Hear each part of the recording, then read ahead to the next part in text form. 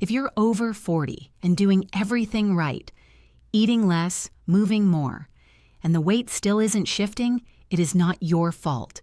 It is very likely something on this list. I'm Megan Corvale, and today we're covering 6 specific foods that research shows disrupt metabolism after 40, what they do, why they're worse now than they were in your 30s, and exactly what to do instead. 6 foods. Let's go. Food 6. Flavored yogurt and low-fat dairy snacks. This one is on the list first because it is the most confidently mislabeled food in the health aisle, and the one I see most often in the diets of people who are genuinely trying to do the right thing. Here is the problem.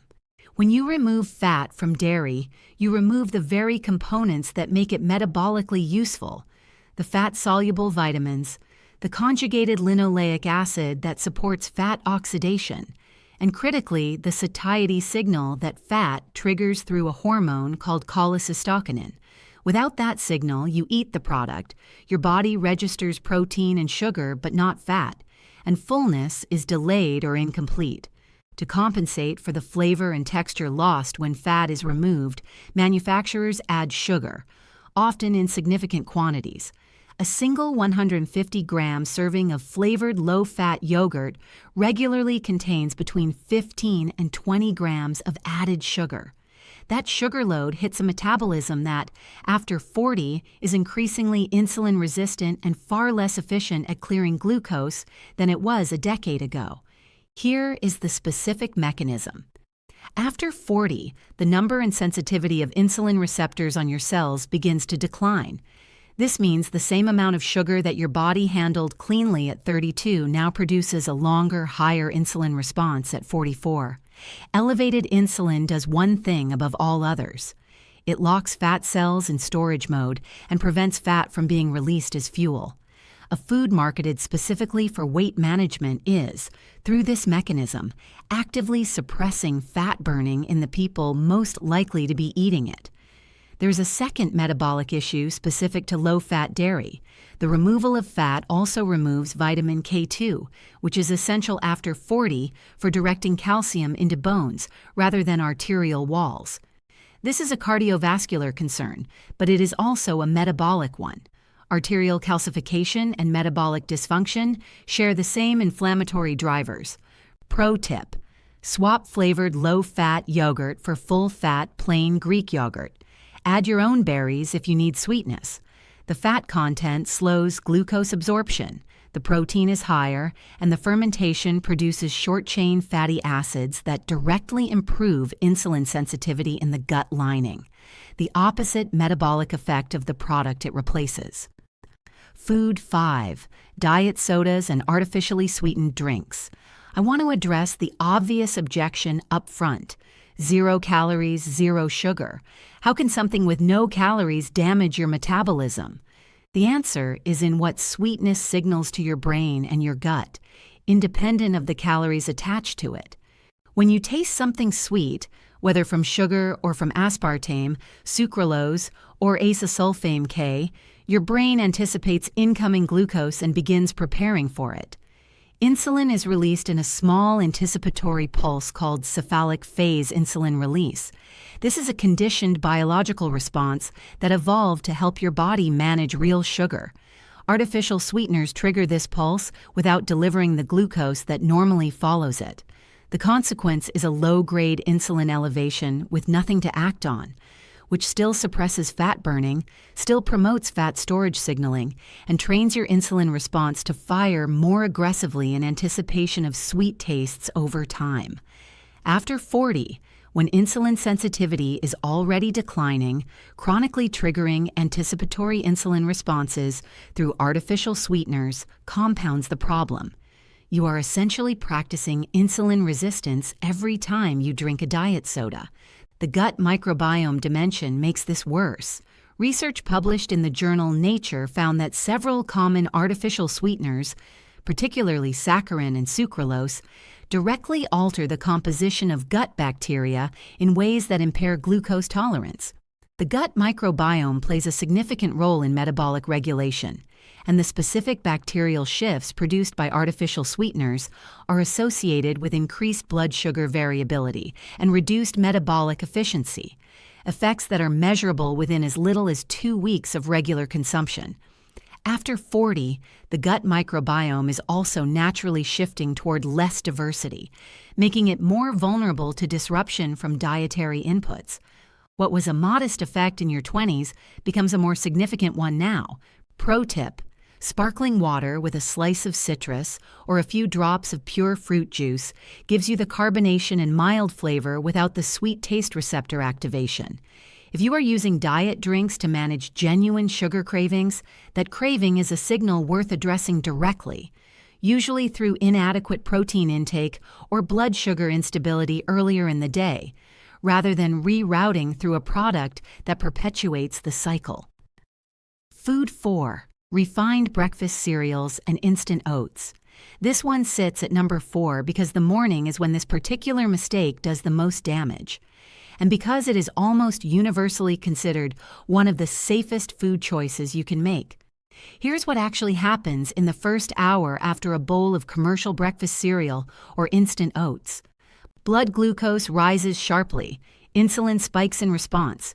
Your body clears the glucose, often overshooting into mild hypoglycemia, blood sugar that drops lower than the fasted baseline. That drop is interpreted by your brain as an energy emergency. Cortisol is released to raise blood sugar back up. Ghrelin, your hunger hormone, surges. Within 90 minutes to 2 hours of eating, you are hungrier than you were before breakfast. This is not a discipline failure. It is a predictable physiological response to a high glycemic morning meal, and it sets the hormonal tone for the entire day. After 40, this pattern has a specific compounding effect on metabolism. Cortisol, released to rescue dropping blood sugar, is catabolic. It breaks down muscle tissue to manufacture glucose through a process called gluconeogenesis. Each cortisol spike driven by a blood sugar crash carries a small cost to lean muscle mass. Repeat this daily across months and years, and the cumulative loss of muscle tissue measurably lowers your resting metabolic rate. This is one of the primary biological mechanisms behind the metabolic slowdown that people attribute simply to getting older. The instant oat problem is worth addressing specifically because oats have a genuinely healthy reputation, and most of it is deserved. For the right preparation, instant oats and quick oats have been pre-processed to dramatically increase their surface area, which accelerates starch digestion and produces a glycemic response approaching that of white bread. Steel-cut oats, by contrast, retain their physical structure, digest far more slowly, and produce a glucose response that is genuinely flat and sustained. Pro tip: if oats are a staple, switch to steel cut and prepare them with a tablespoon of nut butter or a few tablespoons of full-fat yogurt on top. The added fat and protein blunts the glycemic response further. Soaking steel-cut oats overnight also reduces their phytic acid content, improving the bioavailability of the minerals, particularly magnesium, that play a direct role in insulin sensitivity. Food 3. Processed sauces, dressings, and condiments. This is the category that derails more genuinely healthy diets than almost anything else because it is invisible. People track their meals, count their proteins, avoid the obvious offenders, and then pour 200 calories of hidden sugar over a salad and wonder why nothing is changing. The specific metabolic mechanism here goes beyond calories. Commercial pasta sauces, salad dressings, barbecue sauces, teriyaki marinades, and even products marketed as clean or natural are frequently loaded with sugar, often in multiple forms under different names, along with refined seed oils and emulsifiers. The sugar drives insulin. The seed oils, high in oxidized omega-6 fatty acids, promote systemic inflammation, and the emulsifiers, polysorbate 80, carboxymethylcellulose, and others, have been shown in research to degrade the mucus lining of the gut, increasing intestinal permeability and the systemic inflammatory load that directly impairs metabolic function. After 40, Low-grade systemic inflammation is one of the primary metabolic disruptors. Inflammation interferes with insulin signaling at the receptor level, meaning inflamed cells are less responsive to insulin's message, compounding insulin resistance independently of how much sugar you are eating. The condiment oils and emulsifiers that maintain this inflammatory state are, from a metabolic standpoint, as damaging as the sugar they travel alongside. There is also a leptin resistance dimension.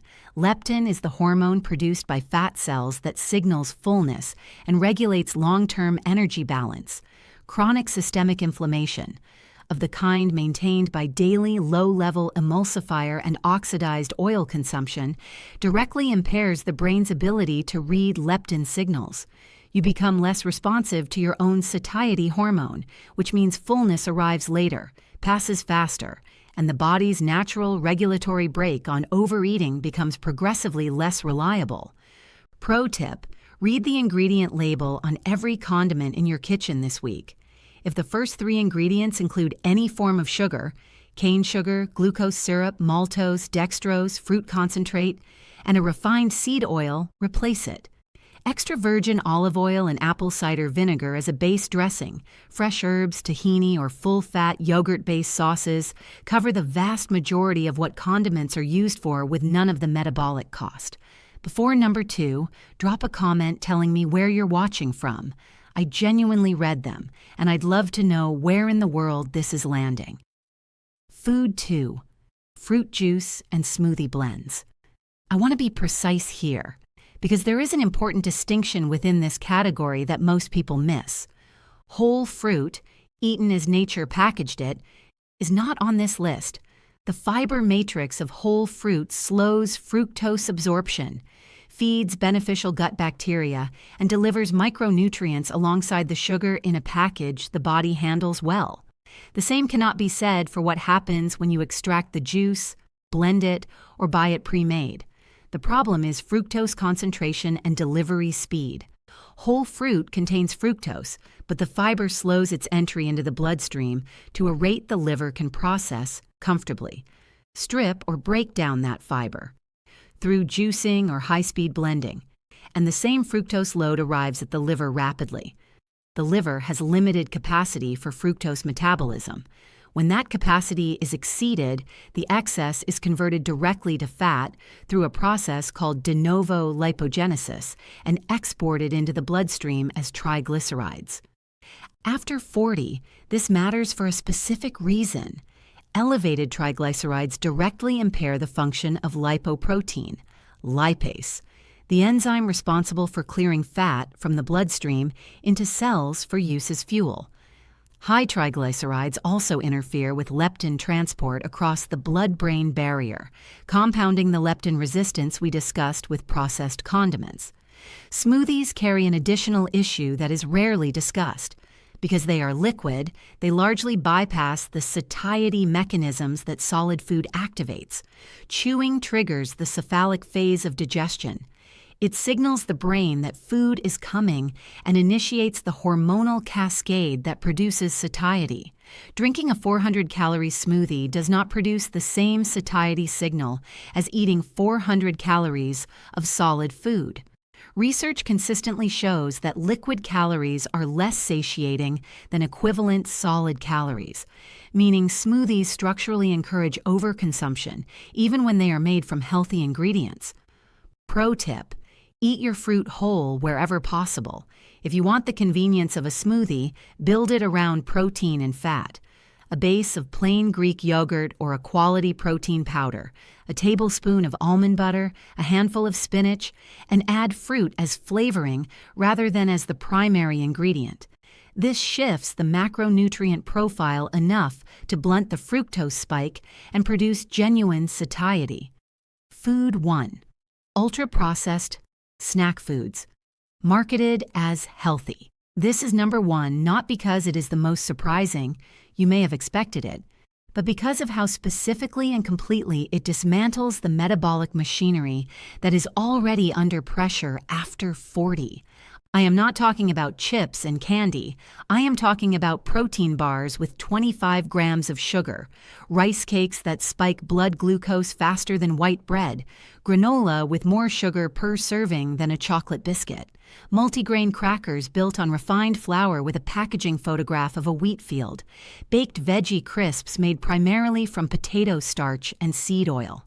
The health food aisle is the most metabolically dangerous aisle in the supermarket, because it is where people let their guard down.